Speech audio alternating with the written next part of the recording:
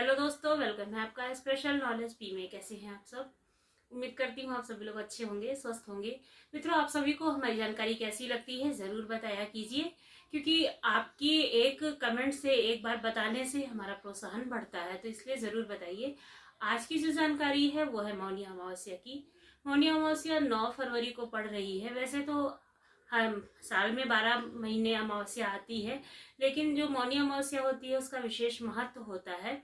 इस दिन बहुत सारे लोग नदी में, पोखर में, तालाब में स्नान करने के लिए भी जाते हैं, तो इसलिए इसका विशेष महत्व है। और इस दिन तिलदान भी किया जाता है, तिल स्नान भी किया जाता है, लेकिन खरीद के नहीं करना चाहिए। अगर आपके पास जो भी तिल है आप उसका दान स्नान कर सकते हैं, हालांकि काला तिल ज्यादा जरूरी होता है। तो आज हम इसी के बारे में बात करेंगे कि कैसे क्या करना है। और बहुत सारे लोगों की ये बहुत तगड़ी परेशानी होती है कि वो पितृ दोष से छुटकारा कैसे पाए। तो अमावस्या के दिन कुछ उपाय करके आप पितृ दोष से भी छुटकारा पा सकते हैं। तो आज हम इसी के बारे में आपसे बात करने वाले हैं। तो चलिए वीडियो को प्रारंभ करते हैं। दोस्तों, मौनी अमावस्या जो होती है वो बहुत ही ज्यादा, बहुत मतलब इम्पोर्टेंट होती है, और खास तौर से पितृ दोष के लिए, यानी कि पितृ संबंधित जो तर्पण होता है, जो चीजें होती हैं, उसके लिए बहुत जरूरी होता है। लेकिन इसमें आपको करना क्या होगा ये जानना भी बहुत जरूरी होता है। मौनी अमावस्या, जैसा कि उसका नाम ही है मौनी अमावस्या, तो इस दिन क्या होता है ना कि हमें मौन रहना चाहिए। और बहुत सारे लोग होते हैं सवेरे उठ के स्नान आदि करके अपना काम करने लगते हैं। तो स्नान करना जरूरी है सुबह उठ के, लेकिन उससे पहले कुछ जो काम होते हैं घर के वो भी बहुत जरूरी होता है। तो सबसे पहले क्या होता है कि आप सवेरे सवेरे उठिए और फिर इसके बाद में अपने घर की साफ सफाई कीजिए। आप ध्यान रखिए कि आपके घर की कौन सी चीज है जो बाहर निकालनी है, जो आपके घर में कूड़े के जैसे जमा है, मतलब जिसकी आपको जरूरत नहीं है। जैसे कि घर में कई बार बहुत पुराने कपड़े होते हैं, जूता चप्पल होता है, खासतौर से जूता चप्पल जो पुराना रखा हुआ होता है, तो उस पर अपना नजर रखिए। इसीलिए ये वीडियो मैं एक दिन पहले डाल रही हूँ, जैसे कि आपको इस चीज के बारे में अच्छे से जानकारी हो जाए। तो अपने जूते चप्पल पर विशेष नजर रखिए कि कौन सा चप्पल जूता आप पहनते हैं, कौन सा नहीं पहनते हैं, या बच्चों का कौन सा जूता चप्पल वो पहनते हैं, कौन सा नहीं पहनते हैं, उनको निकालना है। या कपड़े हैं, घर में कोई भी गंदा सामान, आजकल जैसे ऑनलाइन सामान बहुत ज्यादा आता है, तो हम लोग कई बार डिब्बे रखे रहते हैं, तो वो सारी चीजें कब निकालनी है उसके बारे में कि आप मतलब वो ध्यान करके रखिए। और सवेरे जब उठिए तो आप वो चीजें बाहर निकाल दीजिए जो आपको घर से बाहर फेंकनी है, यानी कि घर की सफाई का ये दिन बहुत ही अच्छा होता है। तो आप अगर आप अपने घर से गंदगी बाहर निकालते हैं तो इसका मतलब नहीं आप घर से गंदगी निकाल रहे हैं, आप घर की नकारात्मक ऊर्जा को बाहर निकाल रहे हैं इस दिन। तो आप जरूर ये कीजिए कि अपने सारी चीजों पे ध्यान रखिए कि आपको क्या निकालना है, और सवेरे उठ के वो चीजें बाहर निकाल दीजिए। आप बाहर फेंक नहीं पा रहे तो कोई बात नहीं, पर उसको घर से बाहर निकाल देना जरूरी है। तो आप घर से बाहर निकाल करके रख दीजिए। फिर इसके बाद अपने घर में साफ सफाई जो भी करते हैं, झाड़ू पोछा जो कुछ भी करते हैं वो कर लीजिए। और सबसे जरूरी है देहरी पूजा, यानी कि दरवाजे की पूजा। तो आप अपने दरवाजे पर भी अच्छे से साफ सफाई कर लीजिए। अगर आप पानी से दरवाजे के बाहर नहीं धुल सकते हैं, ऐसी सुविधा नहीं है, बड़े बड़े शहर होते हैं तो उसमें जैसे सुविधाएं नहीं होती है कि आप धुल सको, बाहर का एरिया बालकनी वगैरह ही होती है, तो नहीं अगर धुल सकते हैं तो उसको पोछे से पोछ लीजिए, तो भी आपका काम हो जाएगा। अगर धुल सकते हैं तो धुल लीजिए, अगर 1 लोटा जल से भी धुल सकते हैं तो भी धुल लीजिए, क्योंकि देहरी पूजा बहुत जरूरी होती है कि दरवाजे पे धुलना बहुत जरूरी होता है। आपके घर की साफ सफाई करने से पहले आप दरवाजे की साफ सफाई जरूर कर दीजिए। और साउथ में तो ये नियम है कि आप घर की साफ सफाई करो ना करो, सवेरे उठ के किसी के भी दरवाजे पे चले जाओ 5-6 बजे, तो वो घर का बाहर का एरिया जरूर साफ करता है, आपको नजर आएगा गेट का। तो इसलिए और मौनी अमावस्या के दिन ये खास जरूरी होता है। तो अपने पहले घर की साफ सफाई कर लीजिए, और दरवाजे की सफाई करना बहुत ही जरूरी है। आप चाहिए तो रंगोली बना लीजिए, या नहीं भी बना सकते तो कोई बात नहीं, और मौन रहना है। क्योंकि मौनी अमावस्या के दिन तो वैसे बहुत सारे लोग हैं पूरे दिन मौन रहते हैं, बहुत सारे लोग नहाने वगैरह जाते हैं तो सारे दिन मौन नहीं रह सकते हैं, क्योंकि लोग मिलते हैं, बात करना भी जरूरी हो जाता है। लेकिन कुछ ऐसी चीजें हैं, मतलब कुछ टाइम तक तो आपको मौन रखना ही चाहिए। तो आप उठिए और अपने घर के कचरे को बाहर निकालिए, और इसके बाद में अपने दरवाजे पे साफ सफाई कीजिए, अपने घर की साफ सफाई कीजिए, फिर स्नान करके आइए। उसके बाद में आप दक्षिणा के लिए जैसे थोड़ा सा चावल, थोड़ा आटा, थोड़ी सी सब्जी, जैसे आलू रख लेते हैं, खटाई, नमक, और अपनी इच्छा के अनुसार, अपनी सामर्थ्य के अनुसार दक्षिणा, 5 रुपए भी आप रख सकते हैं, 10 रुपए भी रख सकते हैं, और 1000-2000 भी रख सकते हैं, मतलब आपकी जैसी क्षमता हो वैसा आपको करना है।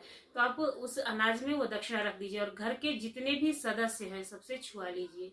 इसके बाद में उसको मंदिर में दान के लिए आप दे सकते हैं, या फिर कोई गरीब है आप वहां भी दान दे सकते हैं, क्योंकि कहते हैं ना कि जिनको खाने के लिए परेशानी है उनको दान देना सबसे ज्यादा पुण्य का काम होता है। तो आप वहां पर भी अपने दान को पहुंचा सकते हैं, और कोई मंदिर है कोई पंडित है तो आप वहां पे भी दे सकते हैं। तो उस दान को आप पहुंचा दीजिए। फिर इसके बाद में अपने घर की पूजा प्रारंभ कीजिए। सबसे पहले सूर्य भगवान को जल डालिए। जल डालने के लिए तिल का इस्तेमाल करना चाहिए, काला अगर तिल है तो तिल डाल करके सूर्य भगवान को जल देना चाहिए इस दिन। इससे आपका अगर पितृदोष नहीं भी है आपकी कुंडली में तो भी पितृ प्रसन्न होते हैं। तो इसलिए काले तिल को मतलब जल में डाल के फिर इसके बाद में सूर्य भगवान को नहलाइए। आप अगर नदी में कहीं भी नहाने जा रहे हैं, आपके घर के आसपास नदी है, तालाब है, कोई भी चीज है, तो आप वहां नहाने जा रहे हैं तो कोई बात नहीं। लेकिन आप अगर घर में भी नहाते हैं तो उसमें थोड़ा सा तिल जरूर डाल लीजिए। तो आप तिल डाल के स्नान कीजिए और तिल डाल करके भगवान सूर्य को जल चढ़ाइए।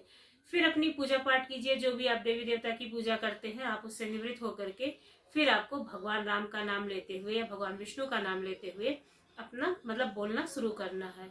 तो आपको इतना तो कम से कम मौन रखना ही है कि जब तक आप पूजा करते हैं तब तक आप मौन रखिए।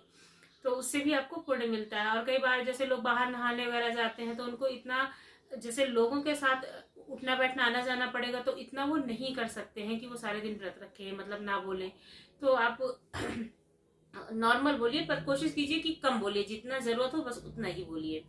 और सारे दिन भी उतना ही बोलना चाहिए जितनी की आपको जरूरत हो। और जिसकी कुंडली में पितृ दोष होता है, ये तो हुई मौन रहने की और नहाने की बात, लेकिन पितृ दोष वाली मेन समस्या है। तो अगर जिसकी कुंडली में पितृ दोष है, आप बहुत सारी कुंडलियों में आजकल देखिए तो पितृ दोष आपको दिखेगा। पंडित से लोग दिखाते हैं कि पितृ दोष है। पितृ दोष की कुछ पहचान भी होती है, तो आप उससे भी पहचान सकते हैं कि पितृ दोष है। तो अगर आपकी कुंडली में पितृ दोष है, आप किसी भी पंडित से, अच्छे पंडित से दिखा लीजिए अपनी कुंडली, तो उसमें पता चल जाएगा। तो अगर आपके कुंडली में पितृ दोष है तो आपको इस दिन पीपल पूजा बहुत जरूरी है।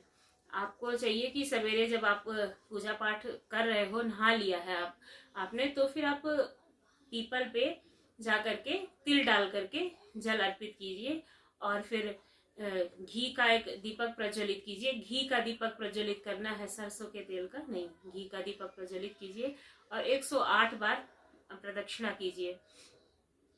और हो सके तो हर अमावस्या को ऐसा कीजिए। 12 आपको साल भर का समय होगा, 12 अमावस्या आपकी बीतेगी। अगली मौनी अमावस्या आते आते आपके पितृ दोष से आपको मुक्ति मिल जाएगी और आपका परिवार खुशहाल हो जाएगा। तो आपको अगर पितृ दोष की समस्या है तो आप ये उपाय जरूर कीजिएगा, ये बहुत ही खास होता है। और मौनी अमावस्या में मौन रह के अपना स्नान वगैरह करके पूजा करके आप पुण्य ले सकते हैं। तो आप ऐसा भी मतलब अगर आपके पास पितृ दोष नहीं है तो भी आप कर सकते हैं। और अगर एक दिन अमावस्या के दिन तो आप करिए ही करिए। अगर आपकी कुंडली में पितृदोष है तो आप हर अमावस्या को करिए, तो आपको इससे मुक्ति मिलेगी।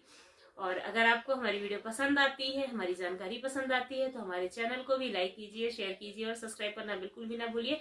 क्योंकि किसी भी चीज की जानकारी बांटने से बढ़ती है और ना बांटने से कम होती है। तो अगर आपको ये जानकारी मिली और आप इसका लाभ उठाना चाहते हैं, और अगर कोई और परेशान है, आप मेरी वीडियो नहीं शेयर करना चाहते या फिर आपको शेयर करना नहीं आता है, तो कोई बात नहीं, आप उसको अपनी जबान से भी बता सकते हैं। और कोशिश कीजिए कि मौनी अमावस्या के दिन फोन से आप दूर रहिए, क्योंकि फोन पे जब आप बात करते हैं तो बहुत ज्यादा बात करते हैं। तो इस तरह से फोन से थोड़ा दूर रहिए, कम बात कीजिए। कम बोलना ठीक होता है। आज के टाइम में तो इतना चलेगा नहीं कि आप पूरे टाइम ना बोलो, लेकिन कोशिश करो कि इस दिन कम बोलो, तो भी आपका काम हो जाएगा। तो धन्यवाद मुझे इतना समय देने के लिए और मेरी बातों को सुनने के लिए।